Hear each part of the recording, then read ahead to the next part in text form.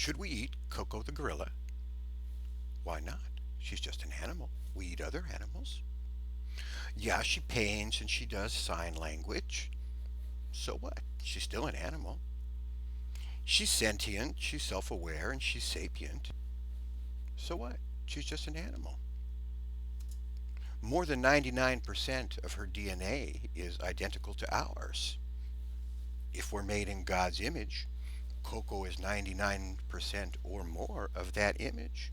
Should we still eat her? Why not? She's just an animal. What prevents us from eating her? Oh, that's right. She's somebody's property. She's owned by somebody. Somebody has property rights over Coco. So we can't just go take Coco and eat her. Is that the reason we don't eat Coco? Why don't we eat our pets? Why not? They're just animals. Why don't we eat porpoises? Why not? They're just animals. We can eat any animal, right? We can enslave any animal and force it to work for us, pull our plows, etc. Why not? We can do medical experiments on animals. We don't have to ask their permission. We just take them, do horrible things, put them in slaughterhouses, slaughter them up. So what? They're just animals. Yeah, they're sentient. That's true. Yeah, their DNA is like ours. That's true. Yeah, they're self aware. That's true. Yeah, they have sapience to some degree or another. They have sapience. I was a vegetarian for 3 years, and it was a progressive process where I think my final rule I achieved was I wasn't going to eat anything that had an eyeball. You know. How about plants? Is it okay to eat plants? Well, they're not too sapient. No, they're not sapient. They're not too sentient um, for the most part. Seeds. Now, if you eat seeds, you're kind of robbing entities of their potential future life. But if we don't eat seeds, there should be no problem eating plants. They're not all that sentient. They don't appear to be self-aware, and as far as we know, they're not sapient.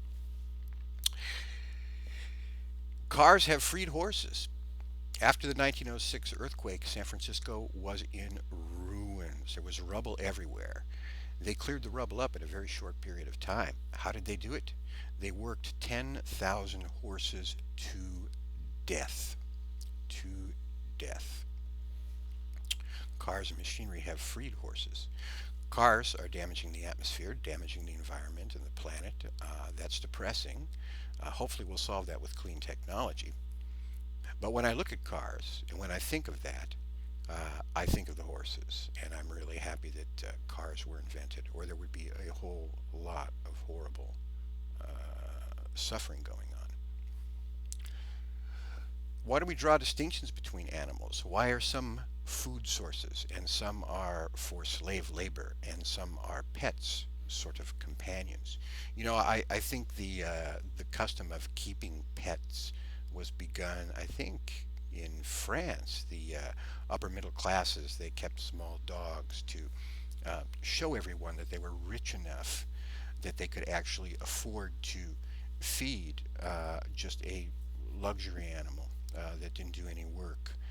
So it was sort of a fashion accoutrement, or I forget the word for that, but a little extra fashion thing, huh? Why don't we eat our pets? They're just animals. Can't you just cook up your pet? Hmm. Yeah, we fall in love with our pets. Maybe that's part of it, huh? Why do we treat them differently? Why do we treat all animals differently? I've been having a really interesting conversation with Joe. Life in Heaven Forever. There's two E's in the middle of the word forever. About the bioethics and the whether it's ethical to eat animals, to enslave them for their labor, or to keep them as pets. Very interesting. I'll link to his video. Much of his reasoning is based on the Christian scriptures, and I'm not very conversant with the Christian scriptures, so I'm not competent to critique that part of his argument. But the rest of his argument, I'm in total agreement with. I don't know if you guys have ever seen a slaughterhouse, but it's a pretty horrible place, and it's all funded because we eat hamburgers. Is the taste of a hamburger really that important? that we're willing to put up with what is behind the hamburger, as Joe says. You know, all the slaughter and the suffering and the torture, um, just for the taste of a hamburger. Is it really worth it? We have substitute protein supplies now. We don't need to eat animals here, at least in urban societies, technological societies now. For say an indigenous, say Eskimo population, the Inuit people, where they're not going to be able to grow crops in the very far north. Maybe it makes sense to eat animals, but we have a choice. And since we have a choice, shouldn't we exercise our choice on the side of compassion, um, and stop eating meat? Shouldn't we seriously consider it? What's so great about the taste of meat? I mean, is it that important to have that taste? Isn't that just an indulgence on our part when we know that we have other protein sources that can substitute for meat? Um, I've mentioned before in other videos, that the line between man and animals for me is a very, very thin line, if at all existent. I mean, first they said that we're different from the animals because we use tools. Then they found out that chimps use tools, crows use tools, a lot of animals use tools.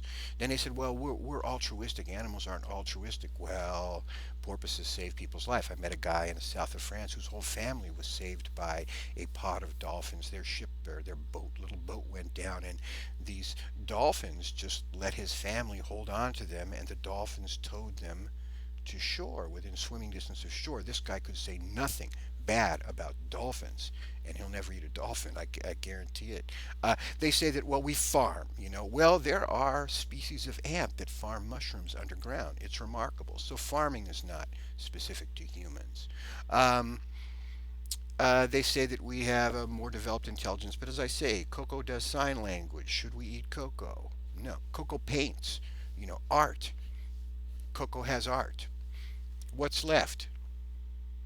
What's left? Music? Well, birds do sing. Um, and that can be, whether that is qualifies as what we call music, I don't know. They sing. It's beautiful. I mean, what can we say? So what is really left that distinguishes us, truly distinguishes us from the animals? And as far as I could tell, the only thing it does is cooking. That's about the only thing we do, because for some reason we control fire and other animals don't control fire. But is that really such a huge difference? I mean, I can imagine, other primates, learning how to cook fire. So if we are animals, as many people believe we are animals, isn't eating animals akin to eating our own family? Isn't it really a form of cannibalism once removed across the evolutionary tree? Shouldn't we really be eating plants? Or should we just eat cocoa? If we have it, it would sure be nice to have a piece of meat. Maybe we should just cook cocoa. Well, that's the story, folks. Do you think it's ethical to enslave animals? Do you think it's ethical to raise them as a food source?